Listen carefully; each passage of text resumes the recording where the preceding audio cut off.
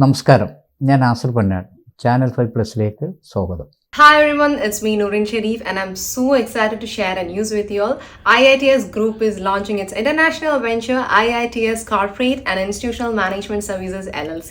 Their corporate office is located at Al Fathan Plaza near Dubai International Airport UAE and its grand opening is set for 30 September 2024 at 11:30 am. Best wishes to the whole team and I'm so glad to be a part of this remarkable event. See you there.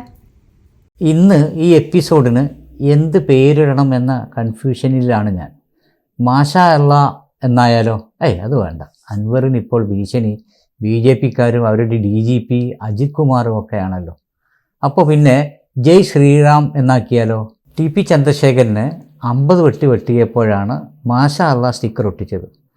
ഇതിപ്പോൾ അത്ര വലിയ വെട്ടൊന്നും വേണ്ട. കയ്യും കാലും വെട്ടി ചാലിയാറിൽ എറിയുവാൻ Govinda master ഒന്ന് പറഞ്ഞാൽ മതി. ഷൊർണൂരിലിരുന്ന് ആലപ്പുഴയിലേക്ക് നമ്മുടെ എക്സ്പ്രസ് ട്രെയിനിൽ അപ്പം കയറ്റി അയക്കുന്നിടക്ക് പിന്നെ എപ്പോഴാണ് നിലമ്പൂരിലെ സഖാക്കളോട് കൽപ്പിക്കാൻ സമയം? പിന്നെ അൻവർ എന്ന് കേട്ടാൽ ഉടുമുണ്ടിൽ മൂത്രമൊഴിക്കുന്ന നിലമ്പൂരിലെ സഖാക്കൾ അൻവറിൻ്റെ കയ്യും കാലും വെട്ടിയത് തന്നെ. നിലമ്പൂരിലെ സഖാക്കൾ വയറ് നിറച്ചൊന്ന് പൊറാട്ടയും ഇറച്ചും തിന്നാൻ തുടങ്ങിയത് തന്നെ അൻവറിനെ കണ്ടതിന് ശേഷമാണ്. എന്നാൽ പിന്നെ രാഹുൽ ഗാന്ധിയുടെ DNA അൻവറിൻ്റെ ചോര എന്നായാലോ? അതേതായാലും വേണ്ട. കാരണം അൻവർ ഇനി അഥവാ കറങ്ങി തിരിഞ്ഞ് എങ്ങാണ്ട് ഐക്യ ജനാധിപത്യ മുന്നണിയിലെത്തിയാൽ പിണറായിയുടെ പണ്ടത്തെ പ്രസംഗം പോലെ അതൊക്കെ എന്നെ തന്നെ തിരിഞ്ഞു കുത്തും. അപ്പോൾ നമുക്ക് ഉറപ്പിക്കാം, പിണറായി വിജയൻ CPMൻ്റെ ഇന്ത്യയിലെ അവസാനത്തെ മുഖ്യമന്ത്രി. എങ്ങനെയുണ്ട് ഈ ഹെഡിങ്? ഒരു 3.5 പതിറ്റാണ്ട് കാലം തുടർഭരണം നടത്തിയ ബംഗാളിലും ത്രിപുരയിലുമൊക്കെ ഇനി ഒരിക്കലും ഒരു തിരിച്ചു വരവില്ലാത്ത വിധം കൈവിട്ടുപോയി CPMന്. അങ്ങനെ ഒരു പാരമ്പര്യം കൂടെ CPMനുണ്ട് കേട്ടോ. നഷ്ടപ്പെട്ടതൊന്നും തിരിച്ചു പിടിച്ചിട്ടില്ല. 50-ൽ പരം MP-മാരും ഒട്ടുമിക്ക സംസ്ഥാനങ്ങളിൽ സജീവ സാന്നിധ്യവുമായിരുന്ന CPM ഉപ്പുവച്ച കലം പോലെയായിട്ട് കുറേ നാളായി. ഇന്ന് ആ സംസ്ഥാനങ്ങളിലൊക്കെ CPM മങ്ങാടിമരുന്നാണോ പച്ചമരുന്നാണോ എന്ന് ചോദിച്ചാൽ ആർക്കും അറിയാത്ത അവസ്ഥയിലാണ്. ആകെ ഉണ്ടായിരുന്ന ഒരു കച്ചിത്തുരുമ്പ് നമ്മുടെ കാരണഭൂതരുടെ കേരളമായിരുന്നു. അടുത്ത അസംബ്ലി തെരഞ്ഞെടുപ്പിൽ, നമ്മൾ കഴിഞ്ഞ തെരഞ്ഞെടുപ്പിലും അതിന് മുമ്പത്തെ തെരഞ്ഞെടുപ്പിലും 18 പാർലമെൻറ്റ് സീറ്റിൽ നിന്ന് ഒരു തരിയായി മാറിയതുപോലെ 10-ൽ താഴെ സീറ്റുകളിലേക്ക് CPM ഒതുങ്ങിയാൽ അത്ഭുതപ്പെടേണ്ടതില്ല. കേരളത്തിലെ ഏറ്റവും വലിയ ഹിന്ദു രാഷ്ട്രീയ പാർട്ടിയാണ് CPM. അതിൽ തന്നെ ഏറ്റവും പ്രബലമായ കക്ഷി ഈഴവരാണ്. അധികാര സ്ഥാനങ്ങളിൽ ഉയർന്ന ജാതിക്കാർക്ക് മുന്തിയ പരിഗണന നൽകുമെങ്കിലും CPMൻ്റെ ശക്തി സ്രോതസ് ഈഴവരാണ്. പണ്ട് EM ശങ്കരൻ നമ്പൂതിരിപ്പാട് ജീവിച്ചിരുന്ന കാലത്ത് പൊതു തിരഞ്ഞെടുപ്പ് അടുക്കുമ്പോൾ അദ്ദേഹം ശരീഅത്ത് പോലെയുള്ള എന്തെങ്കിലും ഒരു മുസ്ലിം വിരുദ്ധ പരാമർശം നടത്തും. ഇത് കേൾക്കുമ്പോൾ നമ്മൾ വിചാരിക്കും, ഈ സഖാവ് എന്തിനാ ഇങ്ങനൊരു പ്രസ്താവന ഇറക്കിയത്? അത് മുസ്ലിം വോട്ട് നഷ്ടപ്പെടുത്തില്ലേ? ഇല്ല, അതാണ് CPMലെ മുസ്ലിങ്ങളുടെ ക്രിസ്ത്യാനികളുടെ അവസ്ഥ.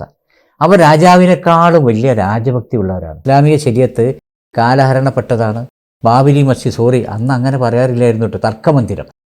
അതിൻ്റെ അടിയിൽ അമ്പലവും മുകളിൽ പള്ളിയും ഒക്കെ ആക്കാൻ EMS നിർദ്ദേശിച്ചപ്പോഴും നബിയുടെ തിരുശേഷിപ്പ് ബോഡി വേസ്റ്റ് എന്ന് പിണറായി പറഞ്ഞപ്പോഴും ഒരു മുസ്ലിം CPMകാരും എതിർത്തില്ല. ആരും അതിൻ്റെ പേരിൽ വോട്ട് ബഹിഷ്കരിച്ചുമില്ല. മന്ത്രിസഭയിൽ മരുമകൻ്റെ കൂടെ മറ്റൊരു മാപ്പിളയെ കൂടെ മന്ത്രിയാക്കാത്തതിൻ്റെ കണക്ക് ചോദിക്കാൻ ഒരു മാപ്പിള സഖാവും വന്നില്ല. ആദരണീയനായ ക്രിസ്തീയ പുരോഹിതരെ നികൃഷ്ടജീവിയെന്നും വിവരദോഷി എന്നൊക്കെ വിളിച്ചിട്ടും CPMലെ ഒരു ക്രിസ്ത്യാനി പോലും എതിർത്തില്ല. എന്നാൽ ഈഴവരങ്ങനെയല്ല. അതുകൊണ്ട് തന്നെ അവരെ RSSലേക്ക് പോകാതെ പിടിച്ചു നിർത്താൻ വേണ്ടി ഒരു തന്ത്രമായിരുന്നു ഇലക്ഷൻ സമയത്ത് EMSൻ്റെ മുസ്ലിം വിരുദ്ധ പ്രസംഗം.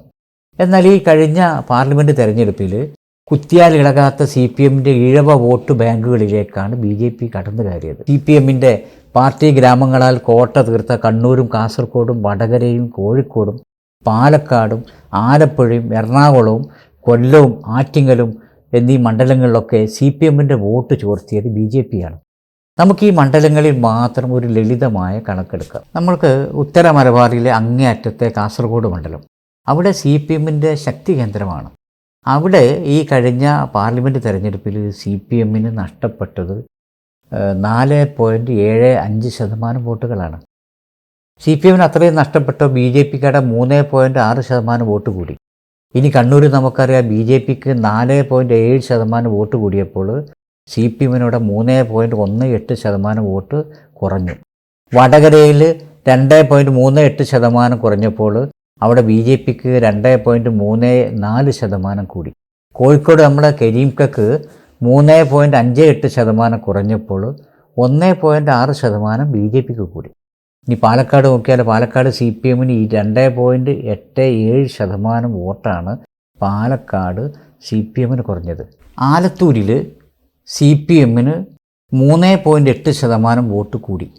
അത് കൂടിയെന്ന് പറയാൻ പറ്റില്ല. അതിന് തൊട്ടടുത്ത തെരഞ്ഞെടുപ്പിൽ അവിടുത്തെ MP പ്രതിഷേധവും മറ്റ് കാരണങ്ങളൊക്കെ കൊണ്ട് നഷ്ടപ്പെട്ട വോട്ട് തിരിച്ചു കിട്ടിയെന്നേ പറയാൻ പറ്റുള്ളൂ.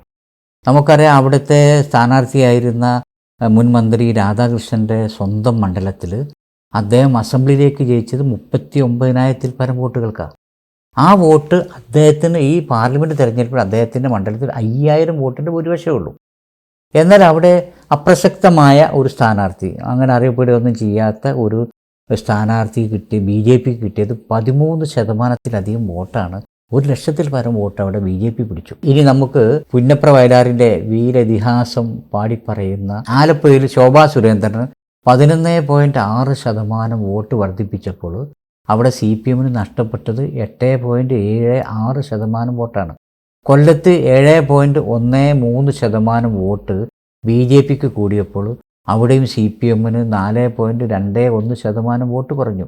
ആറ്റിങ്ങലാണെങ്കിൽ CPM 1.2% കുറഞ്ഞപ്പോൾ BJPയുടെ 6.7% വോട്ടിൻ്റെ വർധന വരുത്തി. CPMൻ്റെ പാർട്ടി ഗ്രാമങ്ങളിൽ വരെ BJPക്ക് വോട്ട് വർധനവുണ്ടായി.